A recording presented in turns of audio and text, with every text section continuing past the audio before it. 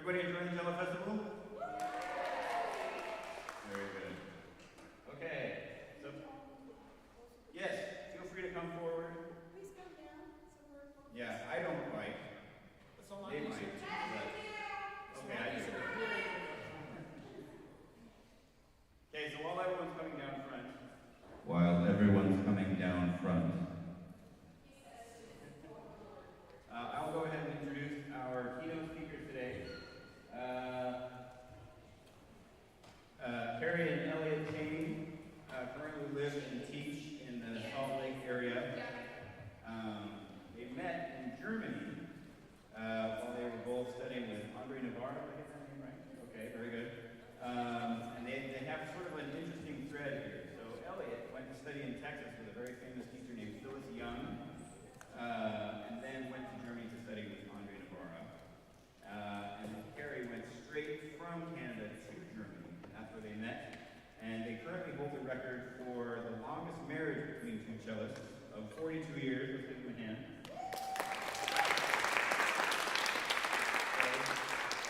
Who here has played the song Libby's Blues? Okay, a few people out there. These are the parents of Livingston Cheney, who is the subject of the song Libby's Blues. So whenever you play that song, you can think of these two handsome people. Lastly, they're very famous. They can do the Kessel Run in under 12 parsecs. Let's give them a hand, Harriet. And Carrie and Elliot Cheney.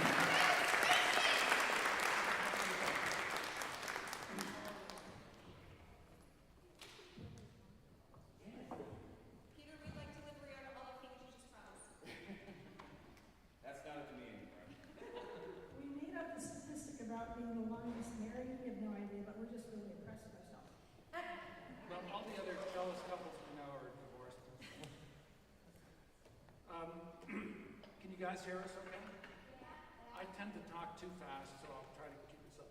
So we're going to talk about kind of exploring expression, and we'll start with talking a little bit about meaning in music. And we have some quotations from some famous cellists and great artists that we'll read to you about.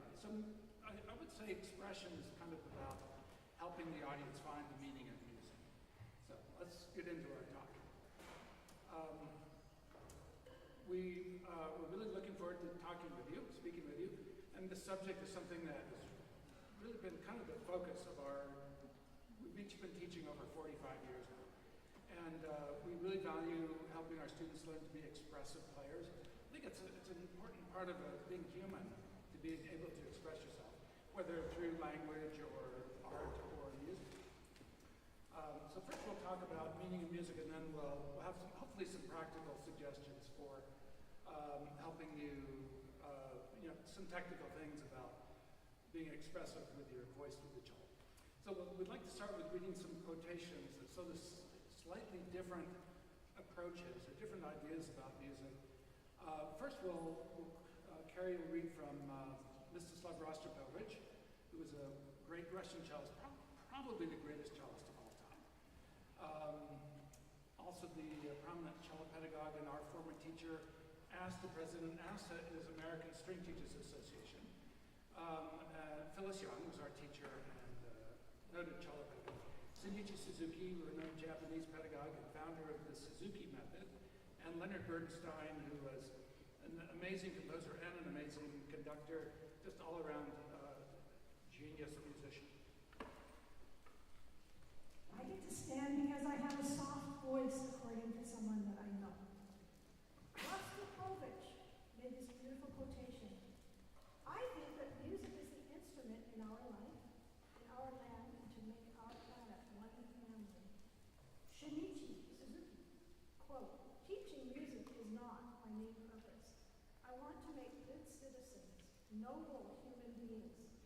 If a child hears fine music from the day of his birth and learns to play it himself, he develops sensitivity, discipline, and endurance. He gets a beautiful heart. And our beloved Phyllis Young said, whenever you help a young person to learn how to express themselves, it's a beautiful thing. He also said, the teacher sees herself as a key holder. The treasures beyond a locked door have nothing to do with stubbornness the walk. So what does that mean in music? Can any of you put that in other words? What does that mean about the key teacher being a key holder and there being treasures beyond the locked door and the lock might be stubborn? Any ideas? Don't be shy.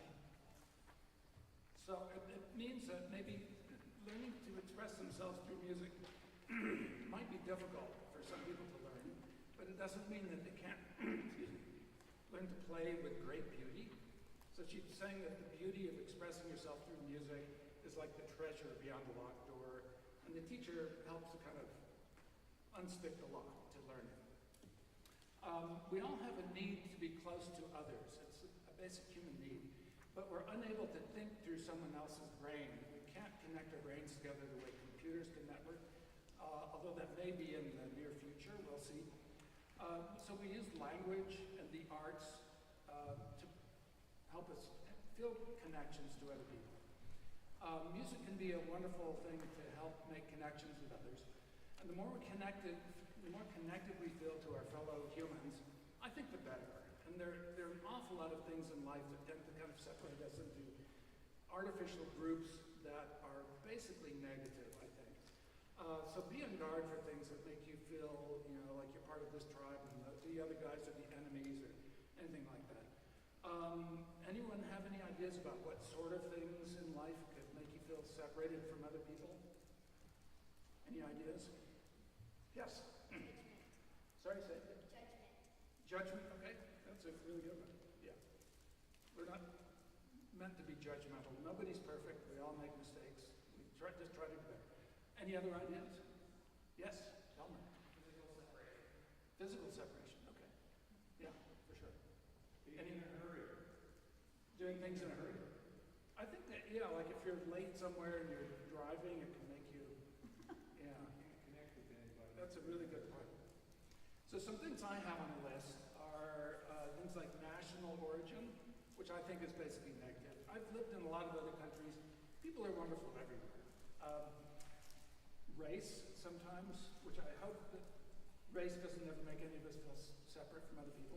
Religious differences can make people feel separated into different camps. School rivalries even, up in Salt Lake, people are either U fans or Y fans. That's probably fairly innocuous, but be aware of things like that getting serious.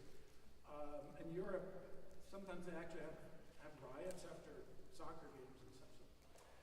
Politics is a really big thing these days. That's really kind of scary how divided people in this country feel about politics.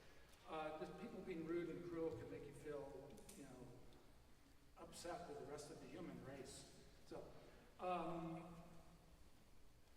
there are actually, in politics, are people that try to divide us into different groups, really resist that. I think that's so incredibly negative. So resist fear, anger, and hatred. So another thing about music that's related to being expressive, strongly related to being expressive, is that music helps you learn to be vulnerable. So when you perform, you're putting yourself in a very vulnerable position. You're opening yourself up to criticism, possibly even ridicule, and it takes tremendous bravery to do that. So those of you that have the guts to get up and perform, you should feel really proud that you just have the bravery to do that. It really takes a lot, I think. So congratulate yourselves. The ability to do that, to put yourself in a vulnerable situation, is where you may be emotionally hurt. It is important to be connected to other people. So, for example, if you're in a relationship with someone, you have to open yourself up and be vulnerable and let people see your weaknesses and things. It's very, very important for truly close relationships. Music can be tremendous for that, I think. So music has a tremendous potential to bring people together. So I think a good definition of being expressive in music is what you can do as a performer to help the audience find some sort of meaning in the music, and possibly we could add to that to make people feel this togetherness. So I'd like to read some quotations about what some amazing people had to say about meaning in music. And Carrie will start with Leonard Bernstein, what he had to say. So Leonard Bernstein said, right now, all that you have to know is all that you have to know is that music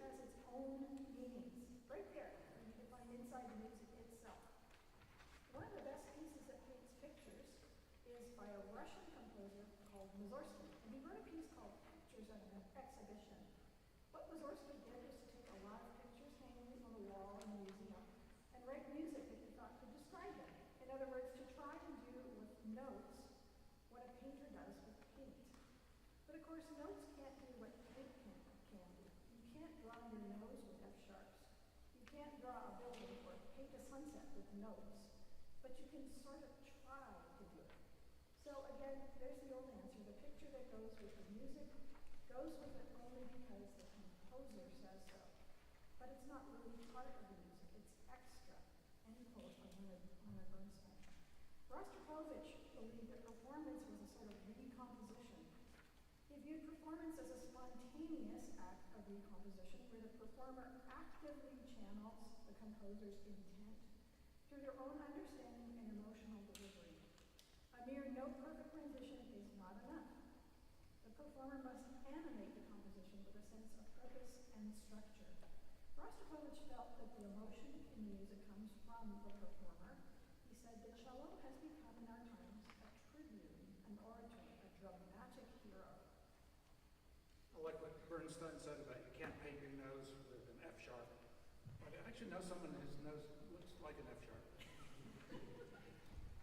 So one thing these ideas, quotations all have in common is that they all involve some sort of connection with other people, like communicating and sharing with other people. So expression in music has to do with things we performers do to communicate with others. So we'd like to go on to a part of our talk where we talk about a little bit more practical things, to help you be expressive as players or help for your teachers to help your students become more expressive. So number one, I think, is to have a concept of the piece first. I think that's important to be thinking about as soon as you can when you're learning a new piece, what you want to get across. What's the mood of the music? So we'll play just a really short example that probably a lot of you know, and you tell us what you think the mood is. Some possibilities might be playful, heroic, joyful, sad, mysterious. So see what you think.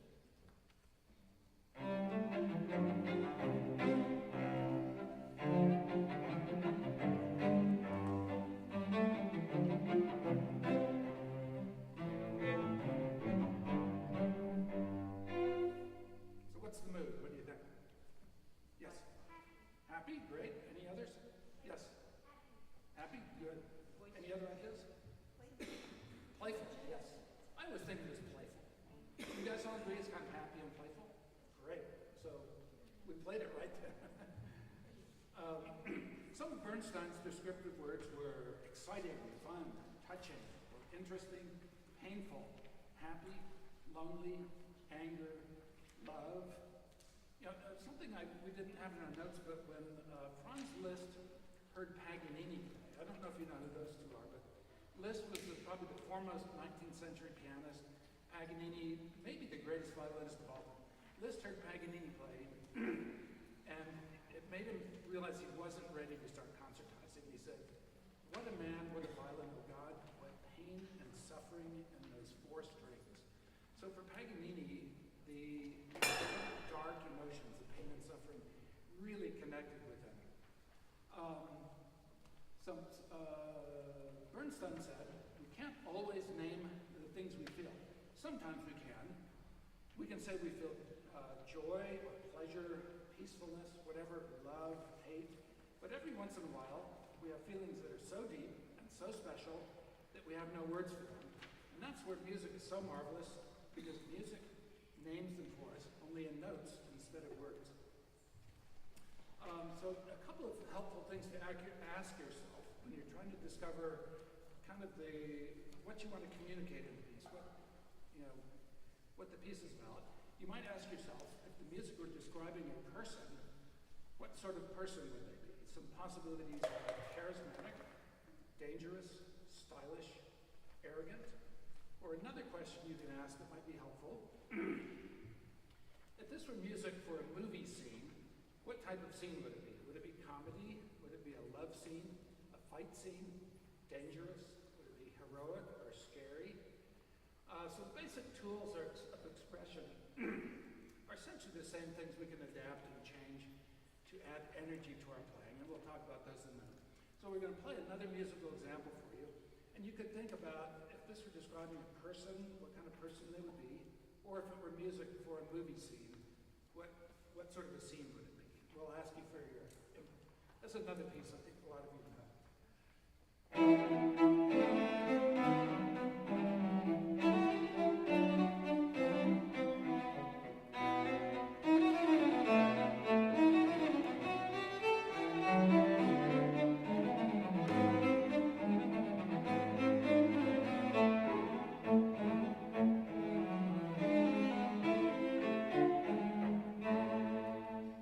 What do you think?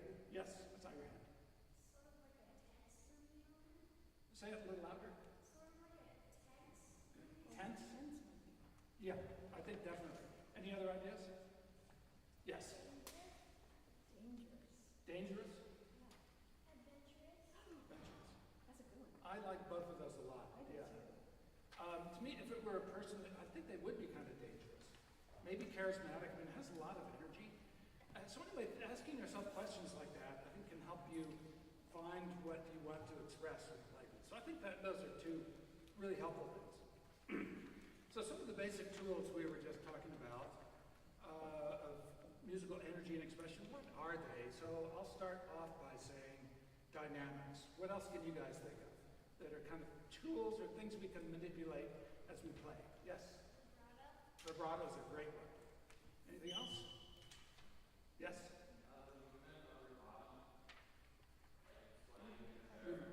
Yeah. Excellent. We'll talk about that a lot. Yeah. Any other ideas? Yes? How you connect your notes, whether it's like more staccato or legato. Yes. Articulation. Articulation? Yes. A good one? Yes. Tempo? Absolutely. Yep. Any other ideas? Back here? Shifting. Yes, actually, yeah. Yes. The vibrato?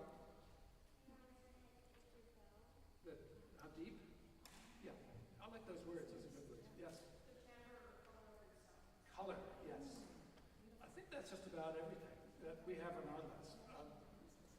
Oh, say it louder. Oh, that last piece. Thank you. Thank you. Yeah. He says scary for the last one. I hope we didn't scare you too much. Just a little bit.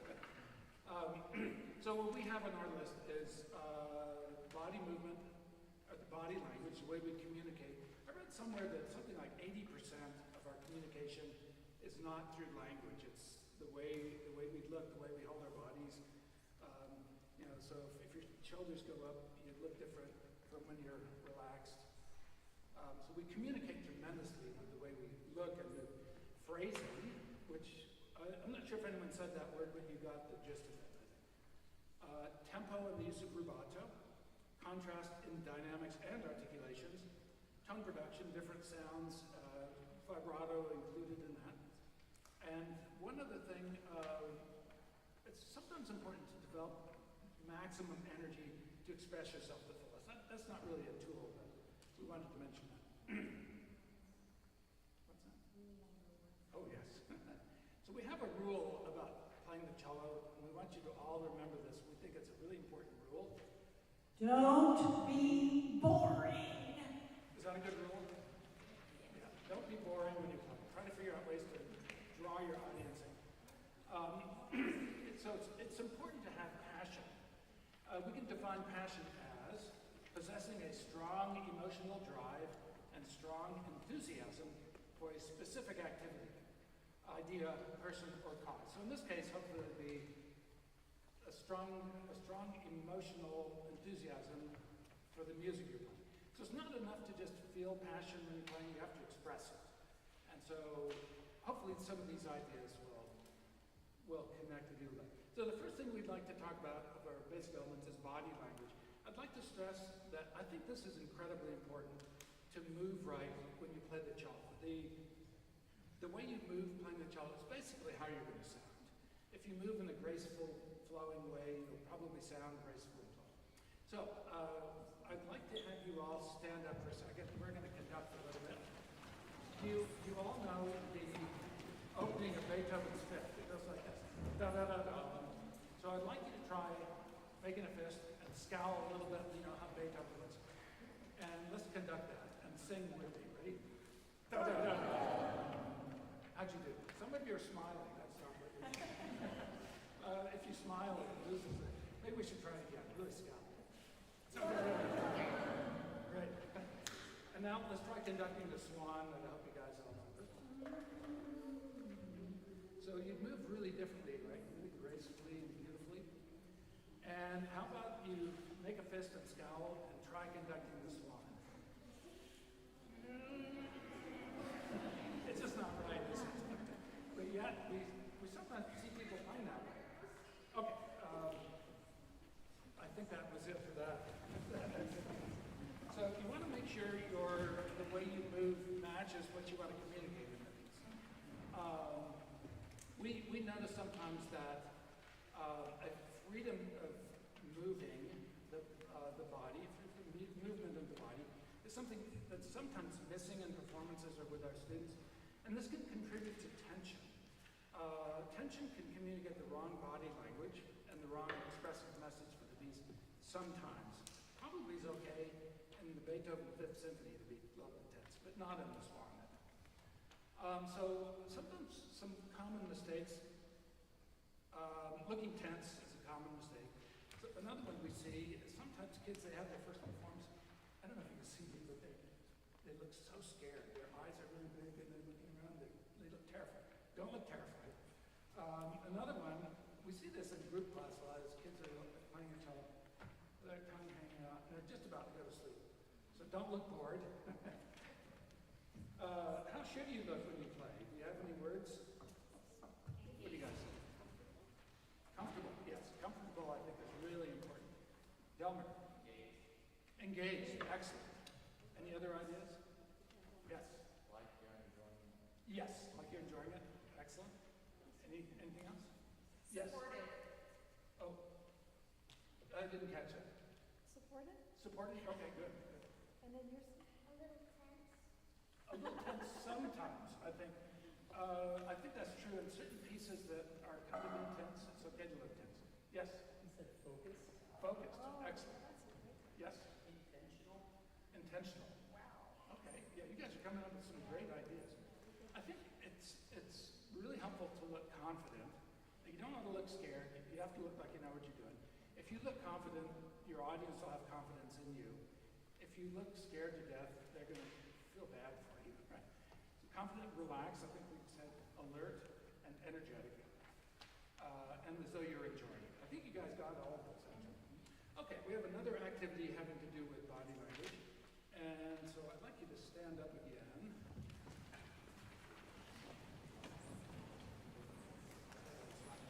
So, I'd like to compare bow strokes with the way the body moves playing tennis. You guys probably don't have room to do this, but maybe you can a little bit. So when you're playing tennis and the ball's coming, several things happen. You have the back swing where the racket comes back.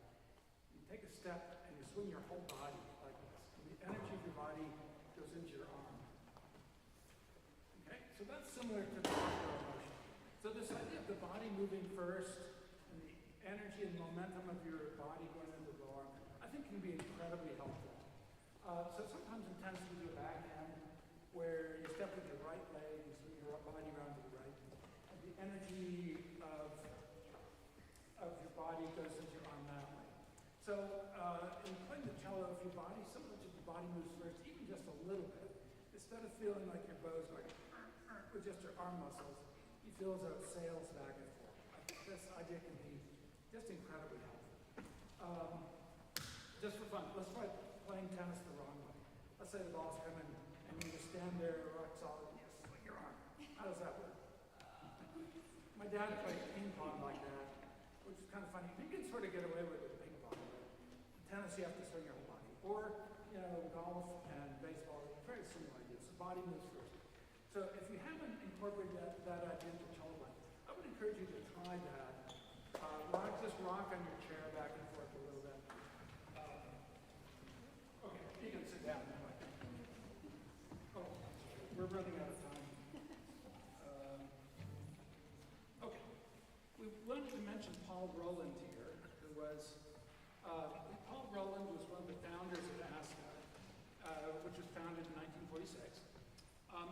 long-term study on movement and action in string playing. And the resulting books and videos are called The Teaching of Action in String Playing. I think I've seen all of those videos. So he was, I think, primarily interested in how movement, say in vibrato and balance motion instruments, help technique. But I think expressively movement is also incredibly important. Like with conducting the Beethoven example, if your body language is wrong for a piece, it's uphill battle. So make sure the way you move matches what you want to communicate. Or think of being expressive with the way you move as you're playing. Okay, we'll move on to phrasing, which I think phrasing is shaping different sections of the music. Maybe some of the kids, the young cellists don't know about phrasing yet, but Carrie's going to read a few quotations about phrasing. The first one is from J.J. Quantz, who was a German flautist and music theorist, and he also wrote a lot of history of music. He was born in 1697, and he died in 1773. Quote, good execution must be diversified. Light and shadow must be continuously interchanged. For in truth, you will never move the listener if you render all the notes at the same strength or at the same weakness. If you perform, so to speak, always in the same color, or do not know how to raise or moderate the tone at the proper time, this is not good. Casal said, the range of piano extends all the way to forte, and the range of forte extends all the way to piano. So in other words, don't feel too constrained by what's written there. Whatever the dynamic level written, feel free to shape things beautifully. The way we shape things, there's some personal choices that we'll try to demonstrate. And you can even phrase things differently different times you play a piece, so you don't have to always shape things the same way.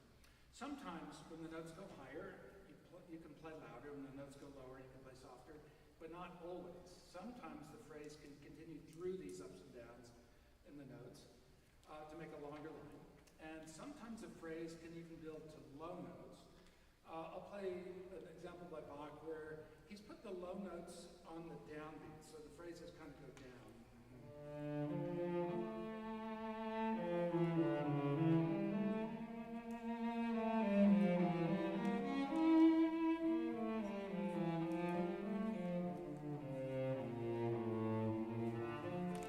Here it kind of goes down to those low notes. And we'd like to play an example for you. We'll do just the first part of the Von Verdi's Sicilian, and we'll try to play it two different ways. The first way, we'll try to make these long connected phrases, which I feel makes the piece darker and kind of builds tension and hopefully has some of that pain and suffering sound that Liszt was so impressed with when you heard Paganini. And the second way, we'll play it to bring out the dance rhythms a little bit more.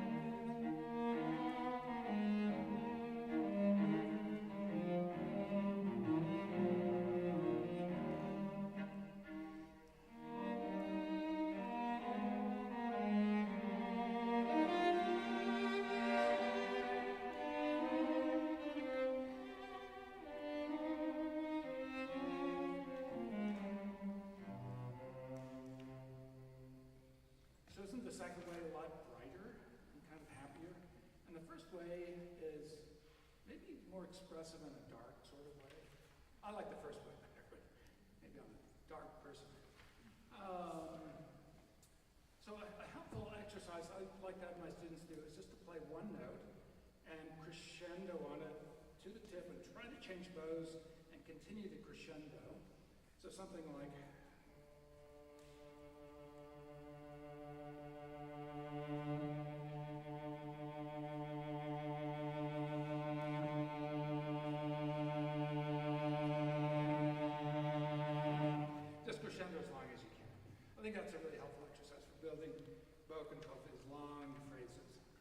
So there's always a balance between how heavy you are at bow speed and the contact point.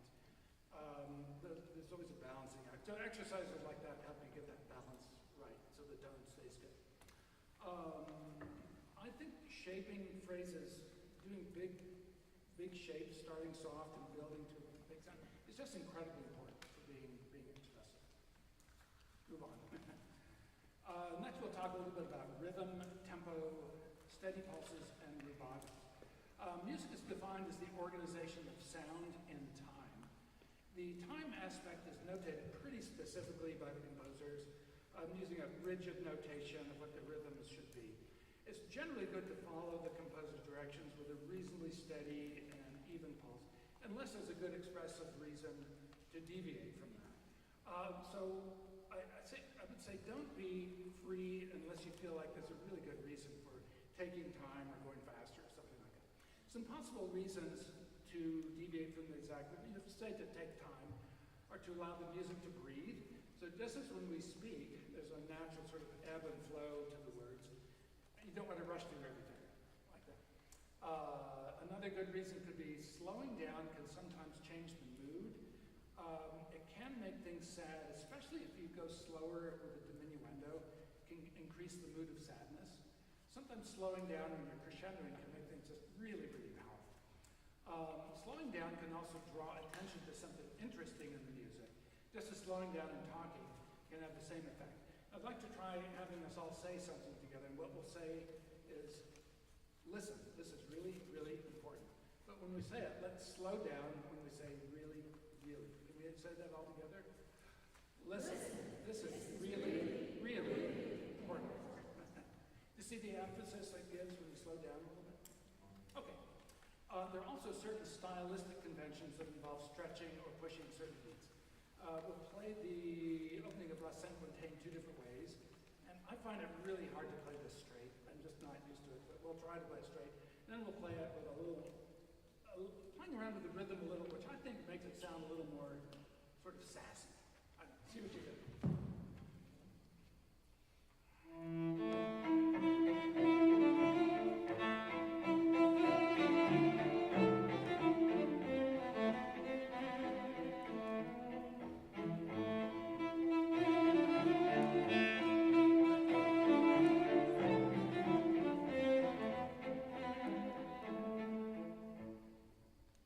Almost straight. I couldn't quite do it. Here's a little bit different way to play.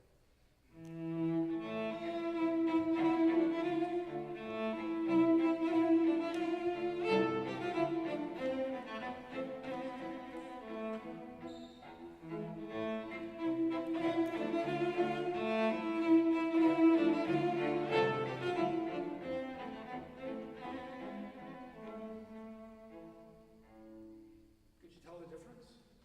Did you like the second one better? I do. Okay.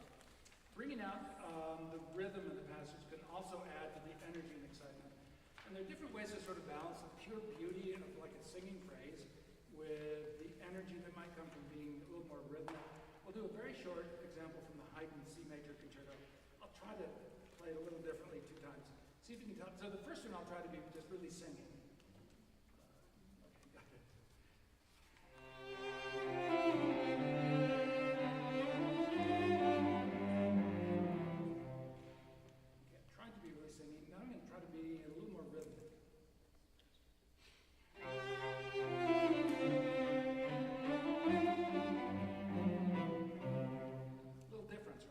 Which way do you like better? Number two? Number two, I think, has more energy, has a little more pizzazz. But yeah, number one is beautiful. So these are, I think, personal choices. I like number two better, too. Okay, tempo. Sometimes increasing the tempo can really add life and energy. Sometimes our students come in and they're going like, just kind of plodding along, and all it needs to do is go a little faster. Next, we'd like to go into contrast in the dynamics and articulations. Using a variety of articulations can help bring out different characters and different voices. The understanding of the musical convention and style can help the performer to be more convincingly expressive. Contrast is not only important in dynamics, but also in articulations. Forte will lose its meaning if it's contrasted with piano. There's nothing more dull, I think, than hearing someone just play loud all the time without those ups and downs. It can get sort of tiring, I think. So, also contrasting legato and staccato articulations heighten the expression of each. I think a lot of us, when we play Bach, will use different articulations to show different voices. So one very quick example of what I do in this foray is a little legato in the upper voice, a little more staccato in the lower voice, like.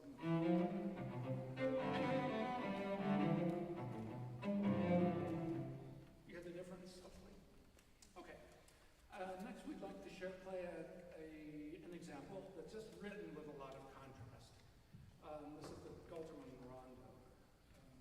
Too bad this stand isn't okay.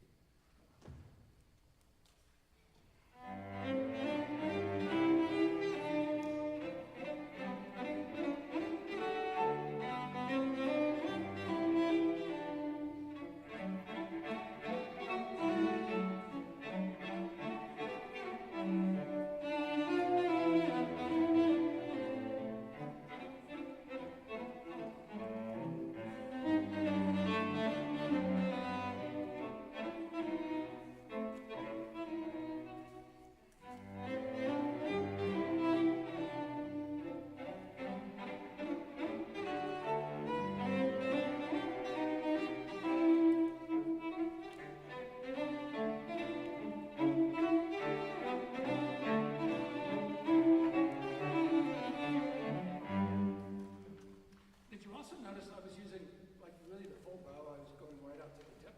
That's something we should have mentioned under body language, but using the full bow can add just tremendous energy to your playing. So fast bow, lots of bow. Next, we'd like to go into tone production and vibrato a little bit. So we've already talked about doing crescendos and how building the sound is a crucial part of phrasing or shaping musical lines, but how do you do that? So that we mentioned before, the main factors are the bow speed, the weighted bow, and the contact point. The contact point's how close to the bridge or fingerboard you are, generally, between those two. So when one of those factors is changed, you have to also change at least one of the others. So for the crucial element of adding sound with your bow is the weight. If you're light on the bow, you won't get a big sound no matter what you do. So weight is really crucial. But as you add weight, you have to either use more bow or go closer to the bridge, or combinations of those two. And that's sort of a personal choice sometimes. So we'd like to play a couple of examples where the first one, I'll try to keep my bow in the same place as I add weight, so the color won't change that much.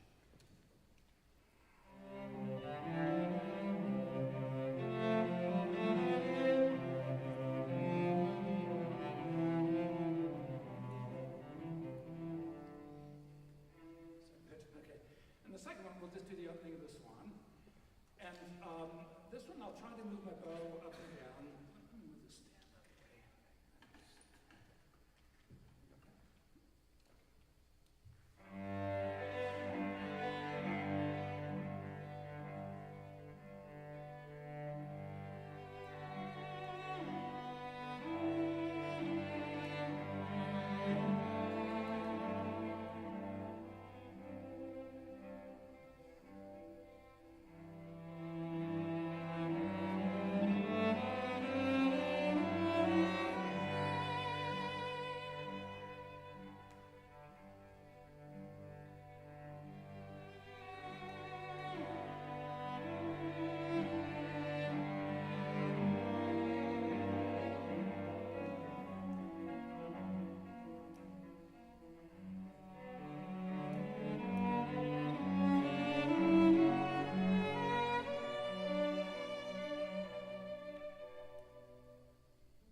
Stopping point, isn't it? You see the bow moving up and down? I was trying to do that. So you get a little different tone color. Horace Britt, who was a famous cello, he owned this cello. He said he would get more nervous for playing the swan than the whole Saint-Saëns cello concerto. Oh, Carrie says you might want to hear about this cello. This was Phyllis Young's cello, and before her teacher, Horace Britt, and it's a 1769 Gabrielli, made in Florence. So it's nice cello. Feel that connection to my teachers. And that's Phyllis Young's spirit inside. Phyllis Young's spirit, yeah. She loved this cello. She absolutely loved it. She took it with her everywhere. Let's see. So the minuet number 3, I was keeping the bow and belt the same place, just adding weight and speed. That seems the right sound to me. Okay. So we were mentioning briefly how important it is to sometimes give your maximum sound, especially in romantic words. Like in the Swan, you probably never quite get to 100% of what you can give. But we'd like to play one example where I think giving 100% is, this is just a short thing from the Fauré Elegy.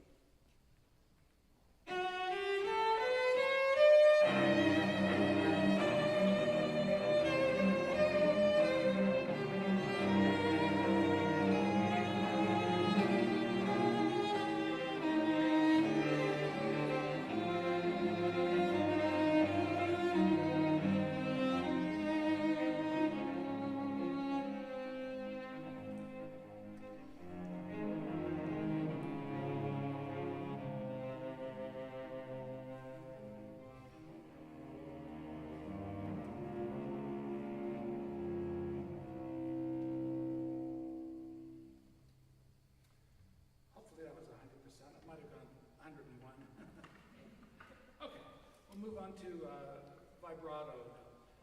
So the important things you can change with vibrato are the size of the vibrato, or how wide it is, or the amplitude, and the speed. But another thing you can change is what I would say maybe the immediacy with which you start the vibrato, or the delay of the vibrato when you start a note.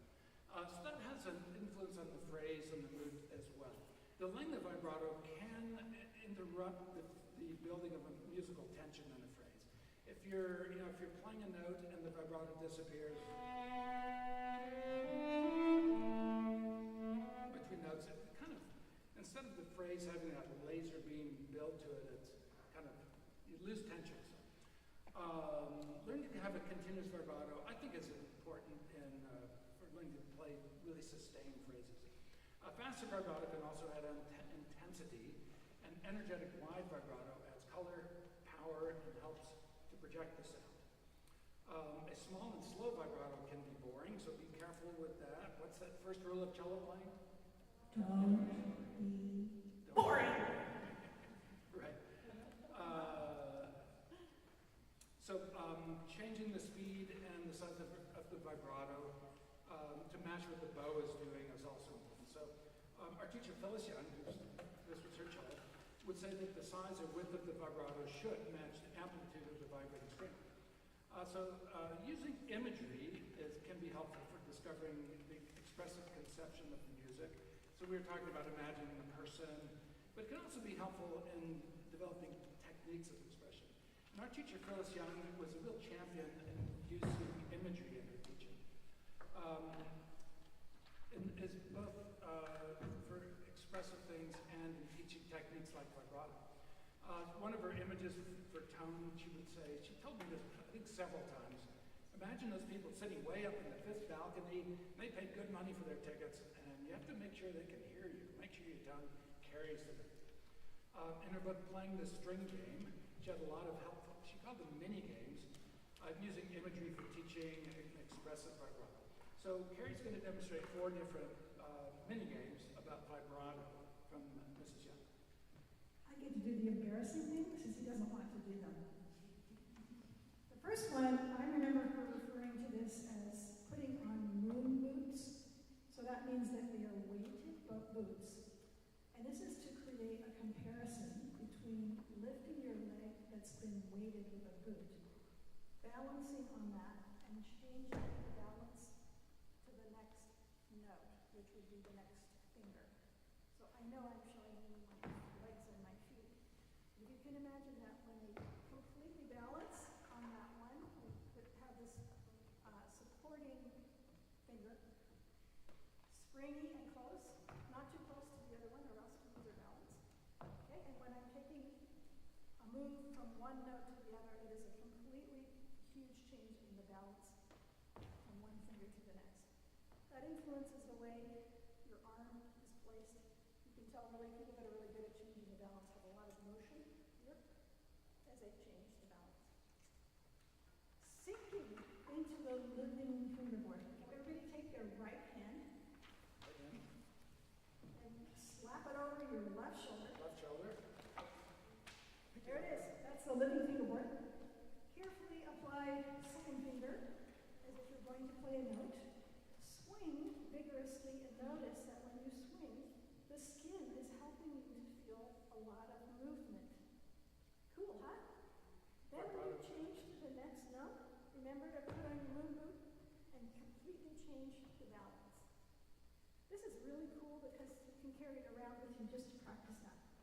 Practice that when you're watching TV or in school. Your friends will think you're weird, but who cares? Yeah, it's good. It's good. The other image that I really liked in particular was she talked about rattling your bones when you're doing the vibrato swing. So you have to use your imagination that when you do this, you can hear the bones in your hands and your arms jiggling away or rattling away. For people more mature cellists, you're going to relate to this one.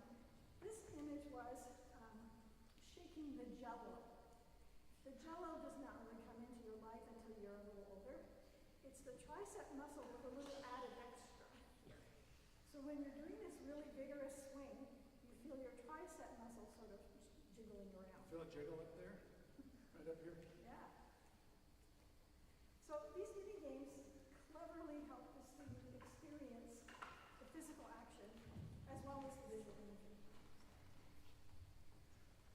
So we thought it would be fun to present one of Phyllis Young's dramatizations from her second book called The String Play. And this is about the essential functions of vibrato. So we're going to do a little play for you. I just love a beautiful vibrato. I wouldn't even want to play the cello unless I could use vibrato. One night I had a dream about vibrato and I wrote it all down the following morning. I live in Austin, Texas, where we have lots of high-tech companies. New ones every week. I dreamt that the vibrato, Mr. Vibrato, decided to apply for a position at one of our high-tech companies. I'm going to read this to you now. It's a dialogue between the interviewer from the company and Mr. Vibrato. Mr. Vibrato has just walked into the office and the interviewer begins, "What can I do for you, Vibrato?" Well, I have worked in music for many years, and I've decided that I want to apply for a job with your company. I believe I have some qualities that will be useful to you. Oh, are you planning on leaving the music industry? Mercy, no. Musicians never leave music.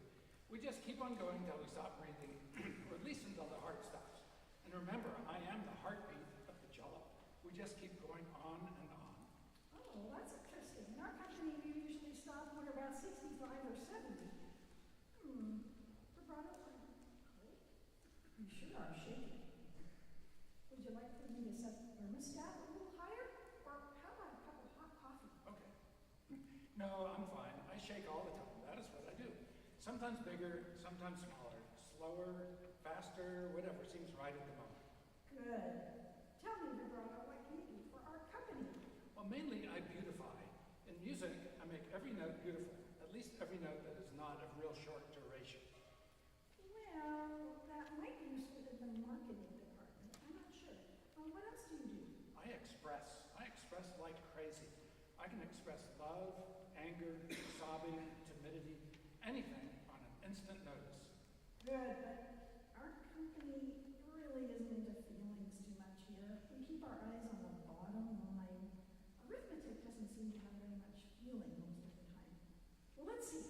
You do two things. You beautify and you express. Now, is that all? Oh no, I can articulate. Did you say articulate? Yes, I can articulate. I'm especially good at the end of a long slide. Just as we arrive at the last note, I articulate with a decisive swing. With this, I announce, we have arrived. I'm also an activator. Oh, that sounds interesting. Please explain. Some cellists think that the bow starts a note, but I'm not so sure.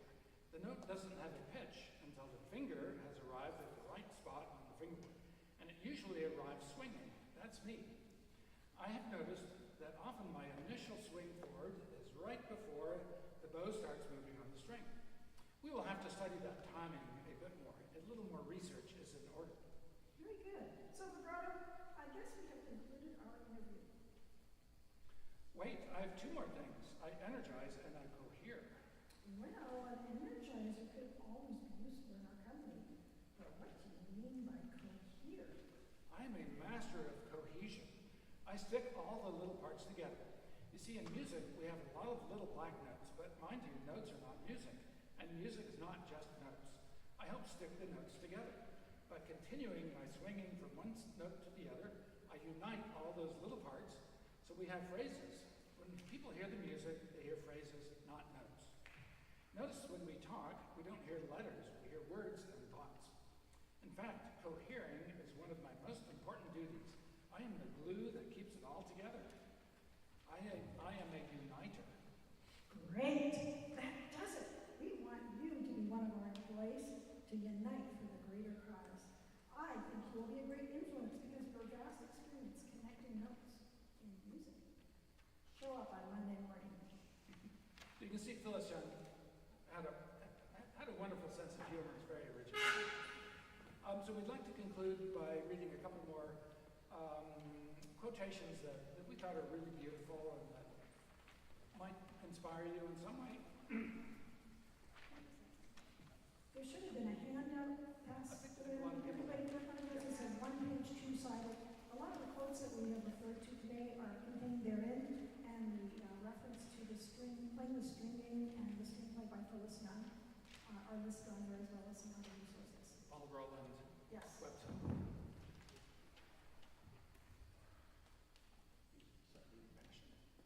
The first quote I'm going to read is passion.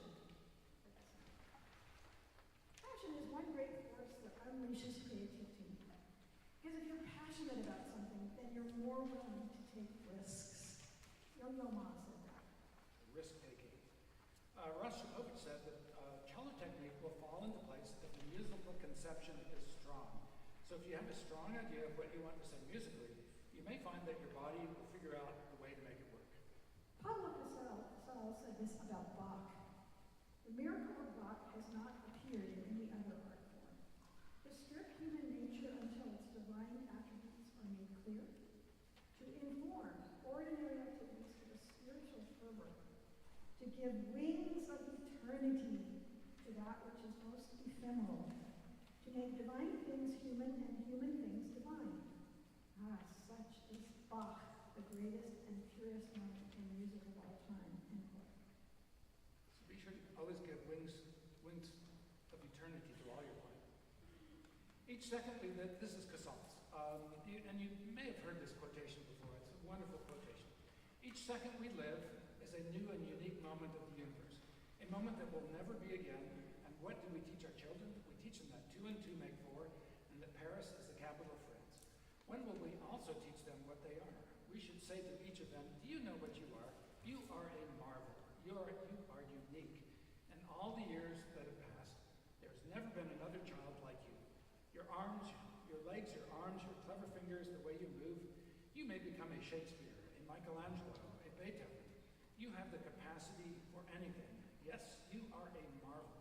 And when you grow up, can you then harm another who is like you, a marvel? You must work, we all must work to make the world worthy of its children. Finally, I just wanted to say that our exploring expression, I hope, has inspired everyone to see the urgency with which we must try to connect to other people in the most positive, caring, sensitive way that we can, which I think the best vehicle for that is music. And as Casas was famous to say, music will save the world. Thank you very much. So get out there and save the world.